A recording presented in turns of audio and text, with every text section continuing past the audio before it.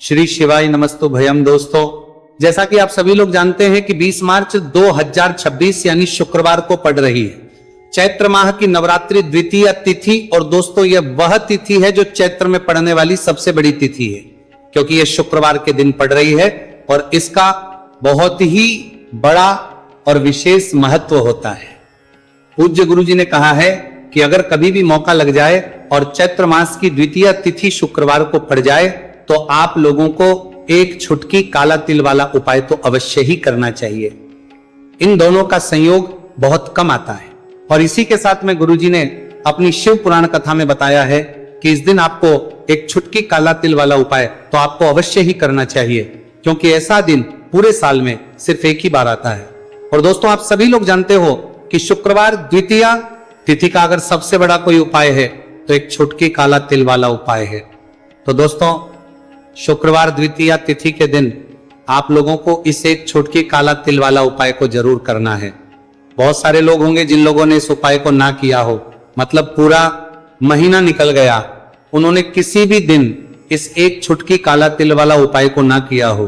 पर दोस्तों, आपके पास एक आखिरी मौका बचा हुआ है जो कि 20 मार्च शुक्रवार द्वितीय तिथि के दिन है। तो इस दिन आप लोगों को इस वाले उपाय को जरूर कर लेना है, भले ही आपने पूरे महीने भर इस उपाय को ना किया हो। पर अगर आप इस चैत्र मास के शुक्रवार द्वितीय तिथि के दिन अगर इस वाले उपाय को कर लिया तो आपको इस उपाय को करने का वह फल मिलेगा जिसकी आपने कभी कल्पना भी नहीं करी होगी। इसीलिए आप लोग इस वाले उपाय को एक बार जरूर कर लेना है, ताकि आप लोगों के हाथ से यह मौका ना जा सके और आपको इस उपाय को करने का फल मिल सके। दोस्तों, यह उपाय पंडित जी ने अपनी अभी के ही श्री शिव महापुराण की कथा में बताया है, जिस उपाय को आज हम आपको बहुत अच्छे से समझाने वाले हैं।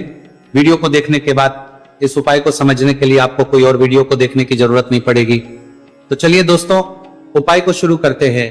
देखिए, यह इस चैत्र मास के शुक्रवार द्वितीय तिथि के दिन ये इतना खास होता है, इतना महत्वपूर्ण होता है, देखा गया है कभी कभी बड़े बड़े पूजा पाठ अनुष्ठान से जो मनोकामना पूर्ण नहीं होते, वो चैत्र मास के शुक्रवार द्वितीय तिथि के दिन एक छोटे से उपाय करने से ही आपकी मनोकामना पूर्ण हो जाती है। और बहुत सारे लोगों ने इस उपाय को किया भी है और उनको इसको करने का फल भी जरूर मिला है।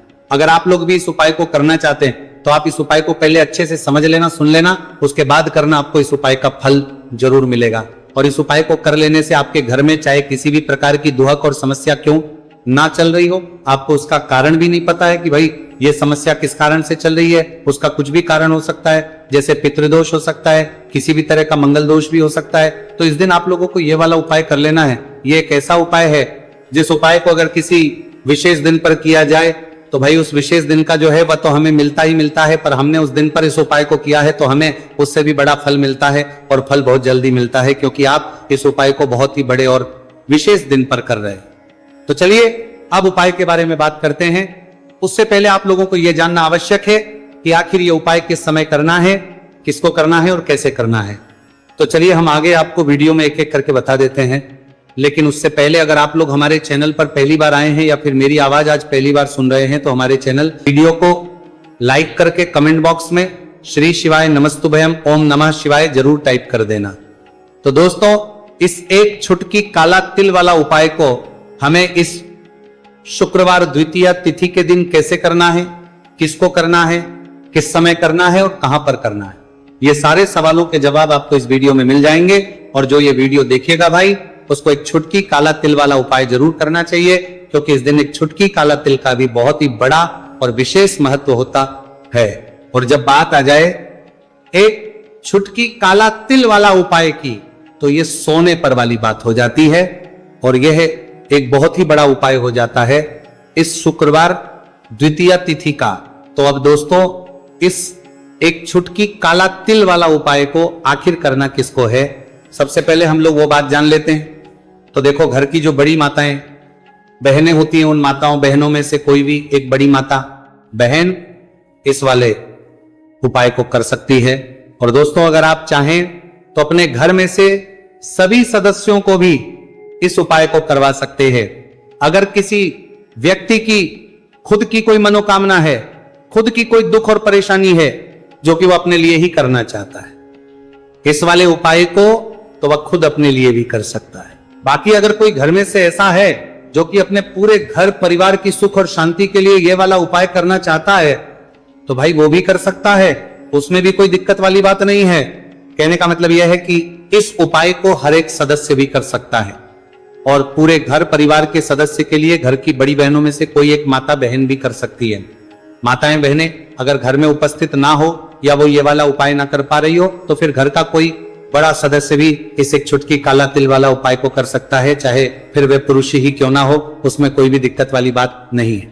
अब दोस्तों जो अगला प्रश्न निकल कर आता है वह यह आता है इस उपाय को लेकर कि आखिर इस उपाय को हमें किस समय करना है, सुबह के समय करना है कि शाम के समय करना है।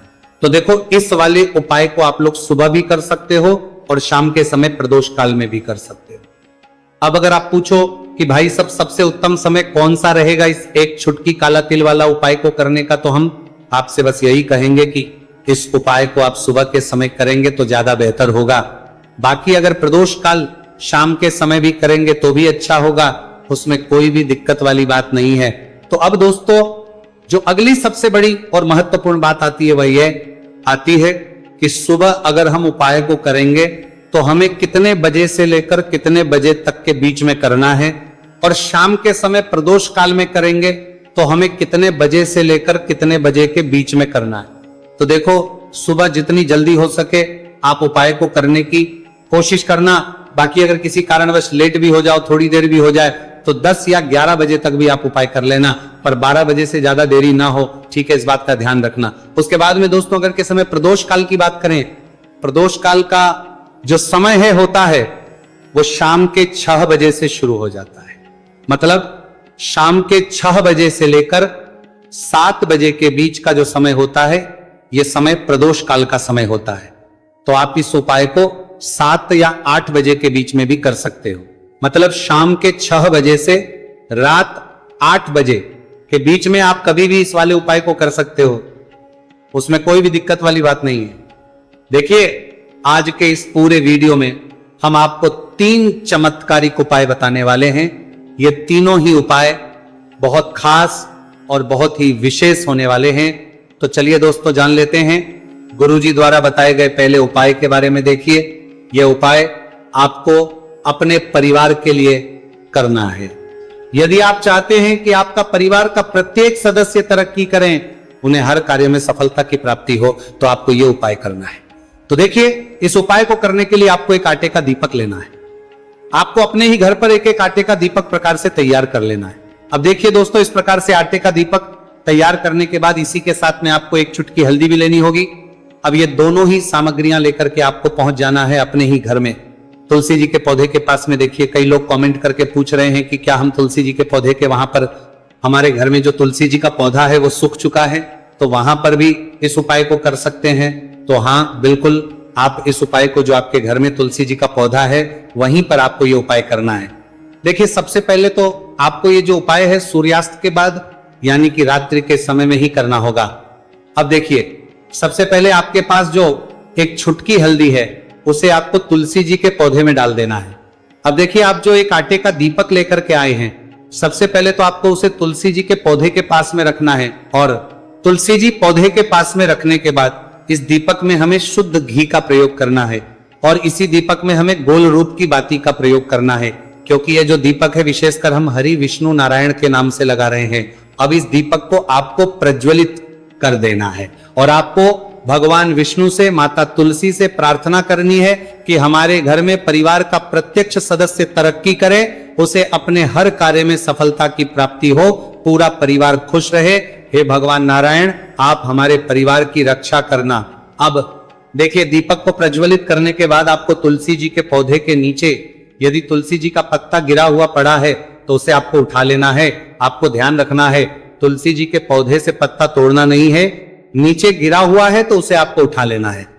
अब देखिए, आपके घर में भगवान विष्णु की, भगवान श्री राम की या फिर भगवान श्री कृष्ण की यानी कि श्री विष्णु के किसी भी अवतार की प्रतिमा लगी हुई है, तो वहां पर आपको जाना है और आपको थोड़ी सी चीनी या फिर मिश्री आपके घर में हो तो उनका भोग आपको भगवान विष्णु के सामने लगाना है, और जो आप तुलसी जी का पत्ता लेकर के आए हैं उसे भी आपको उसी भोग में डाल देना है। अब देखिए थोड़ी सी देर इस भोग को वहीं पर रखे रहने देना है और फिर इस भोग को आपको अपने घर के परिवार के प्रत्येक सदस्य को प्रसाद स्वरूप प्रदान करना है। यकीन इस उपाय को करने से आपके परिवार का प्रत्येक सदस्य हमेशा तरक्की पर रहता है और आपके परिवार में हमेशा खुशियां बनी रहती हैं। तो इस प्रकार से आपको पहला उपाय कर लेना है।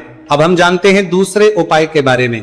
देखिए ये जो उपाय है विशेषकर धन की प्राप्ति के लिए है, मां लक्ष्मी को प्रसन्न करने के लिए है और विशेषकर शुक्रवार द्वितीया तिथि की रात्रि में ही आपको यह उपाय करना है।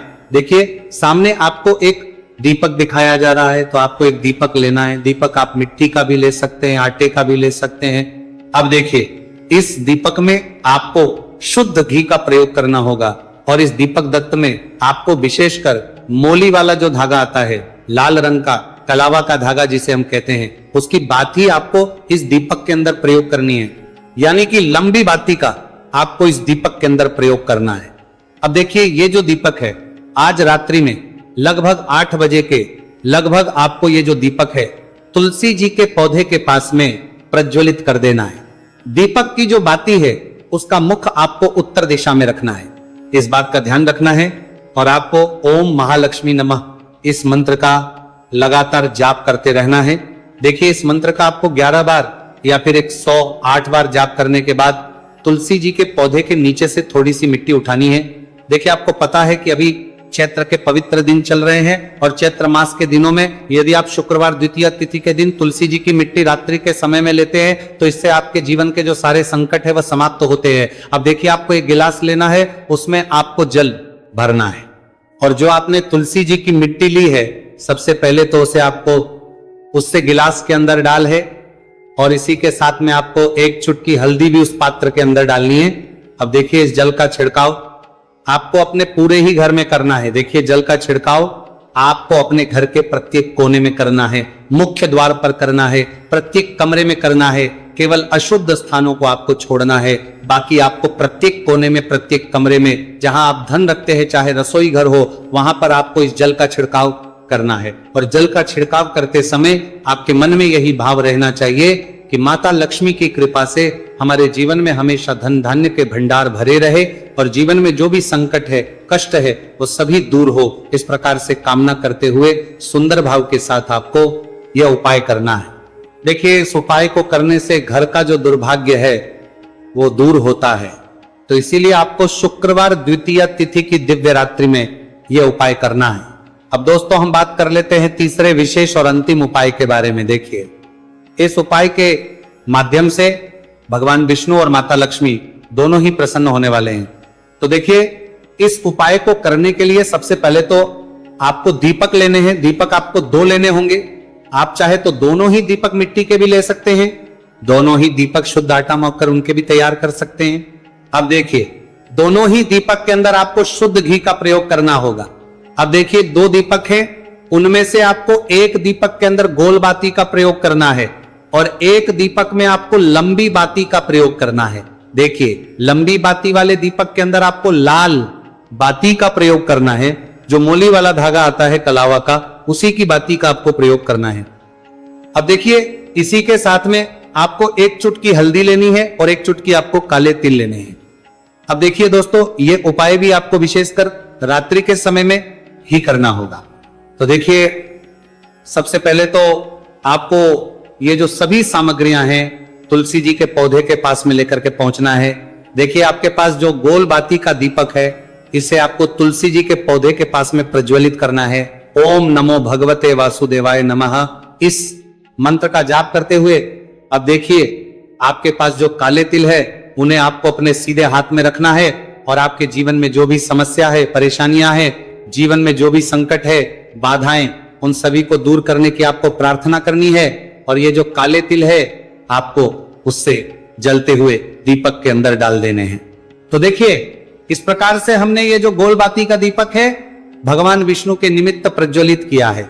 अब देखिए दोस्तों आपके पास जो लंबी बाती का दीपक है और आपके पास जो एक छुटकी हल्दी है, इन दोनों को आपको अपने घर के मंदिर में लेकर के पहुंचना है।